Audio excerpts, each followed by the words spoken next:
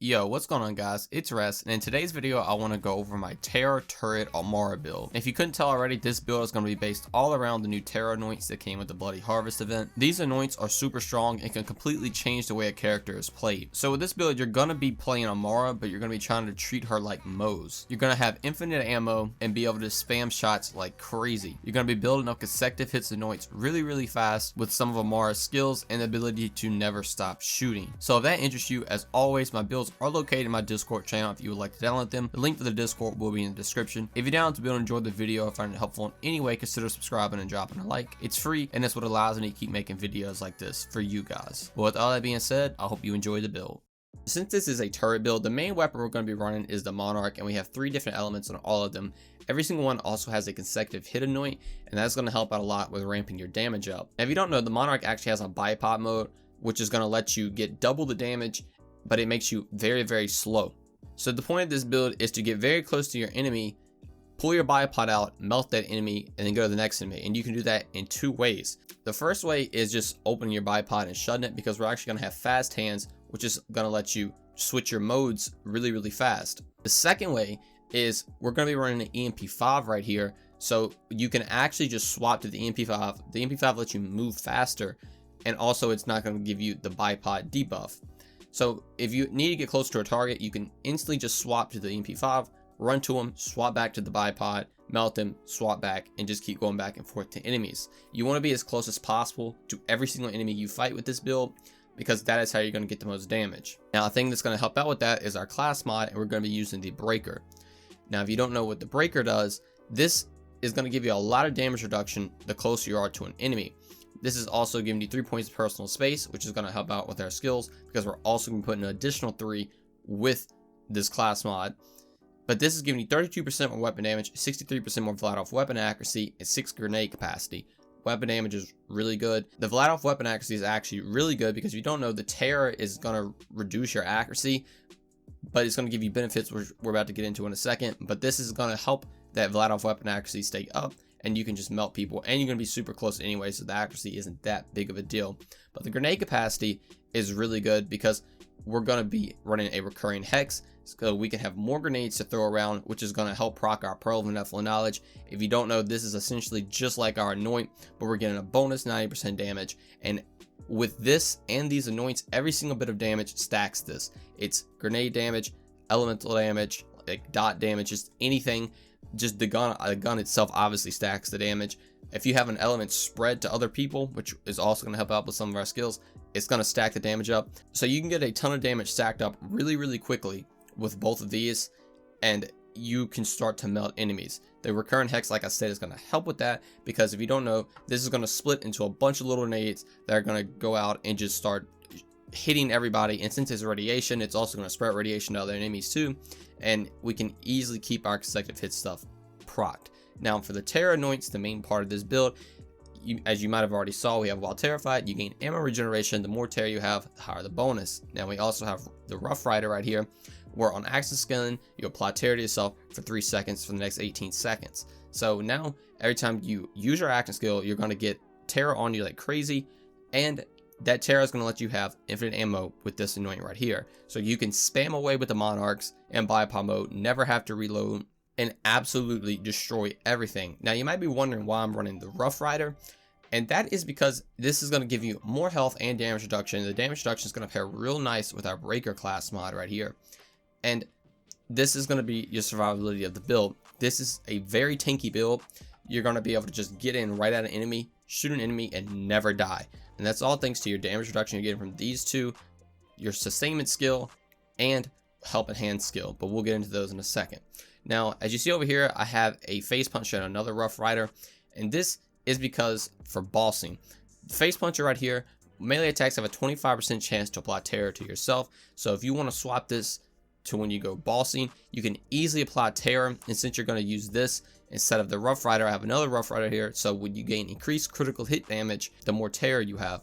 So in combination, you can use this Face Puncher to shoot, get your terror up, and now you have more crit damage and infinite ammo with the Monarchs.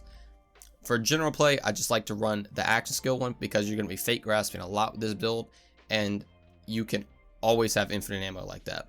Now getting into the skills, we're running phase grasp because we're only going to be fake grasping with this build. We're actually never going to use our action skill. The main thing is to keep the tear up, to have infinite ammo, and that is only why I'm running the normal phase grasp. Now, I'm also running the soul fire action skill element because this is honestly also somewhat of a melee build. Monarchs I do have blades on them, and we're going to be taking a lot of melee focused perks so we can get more melee damage. And also with Groundbreaker, it's going to be really easy to stack damage up with the Monarch and then just finish them with the Incendiary melee if you're going against a flesh target. You can obviously swap this to Corrosive if you're doing something like a takedown. But for the main skills, I'm actually going to start in Brawl right here because this is where the survivability of the skill comes. This is the main focus of the build. We're getting 5 points of Root to Rise to get 40% more max health, which is obviously going to help with survivability. 5 points of Clarity, which is giving you a little bit of health generation, which is nice. This is not the most needed skill, but to get to the bottom, this is probably the best thing you can put it in. Now 3 points of Personal Space, which is getting buffed to 6, so it's giving you 108% bonus damage the closer you are to an enemy. Like I said, we're going to be running to enemies, putting the bipod out, and melting them. 5 points in Help Enhance, so we get 40% damage reduction. So we now have more damage reduction between this, our shield, and our class mod, so we don't die. I have 1 point Fire Center, which is getting about to 2 to get more melee damage. This is, like I said, again, somewhat of a melee build. You can absolutely kill an enemy with a Groundbreaker and all the melee bonuses you're getting.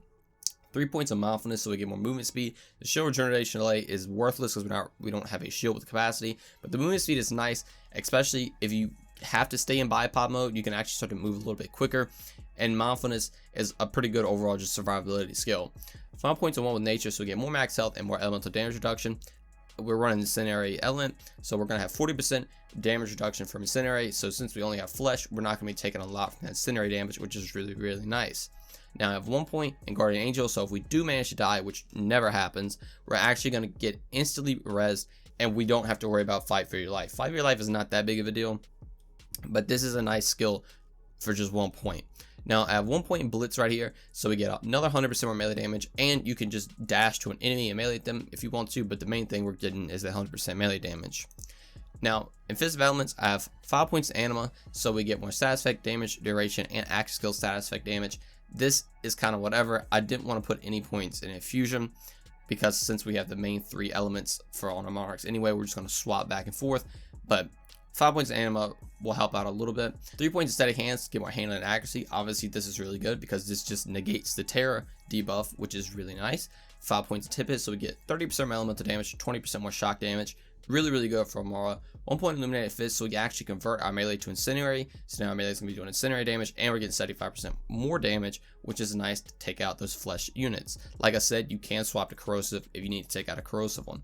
5 points of Wildfire, so we have a 40% chance to spread the elements, and this is what I was talking about with the consecutive hit anoints. With everything you're doing, throwing your grenades, applying elements everywhere, radiation's already spreading with the grenade. This is also letting all your other elements start to spread, and you're going to easily stack up these consecutive hits like crazy fast and be able to melt enemies. Now I have 1 point Deep Well to get 20% more magazine size. This is actually going to help out with the infinite ammo with this build. This is just going to give you a bigger mag just in case the Terror starts to run off. You can not run out of ammo and proc your Terror once more, and you can get the chain rolling again. Now 3 points in Indiscriminate, so all the bullets can ricochet. This is really good for the ad clear of this build. Since you're not running a Phase Zerker or Ties that Bind, you're going to really rely on Indiscriminate to get up in there and then to have Indiscriminate just ricochet bullets everywhere. So I have 2 points of Sustainment, so whenever we do elemental gun damage, we're getting 8% of life steal from that elemental gun damage, and this paired with all the other survivability of this build, you're not going to be able to die. You're always going to have infinite health, and if you do die, like I said, you have Guardian Angel too to get right back up. Now I have 5 points of Conflux, so this is going to have a 35% chance to apply another status effect element whenever an enemy has a status effect element on them. So this is going to help proc things like Armageddon and also keep your consecutive hits up like crazy. Now I have 1 point Forceful Expression, so we get bonus elemental damage based on whatever axial element we're using. So this is just 18% bonus damage, which is nice. Then finally 3 points of Fast Hands, so you get more reload speed, weapon swap speed, motion speed. The weapon swap speed is really good, so you can swap between each element. The motion speed is really good, obviously, because you can go between bipod and non-bipod. And the reload speed is nice if you ever have to reload, but I'm telling you, you're never going to have to reload with this build. So that is going to do it for the Terror Turret Amara build. If you want to feel like Mose but play Amara, this is 100% going to be the build for you. You can expect to get through pretty much everything in the game with this build and have a blast doing it. Who doesn't love the ability to just constantly shoot and just spread bullets and elements everywhere all over the battlefield, and on top of all that, not being able to die at the same time. That's going to do it all for me. Expect to see more builds soon. Thank you all so much for watching, and I'll see you in the next one. Peace. Prada Bay, run away, don't go. I'm in hell, might as well just go. Losing track, don't take my soul. I'm in first, you too late.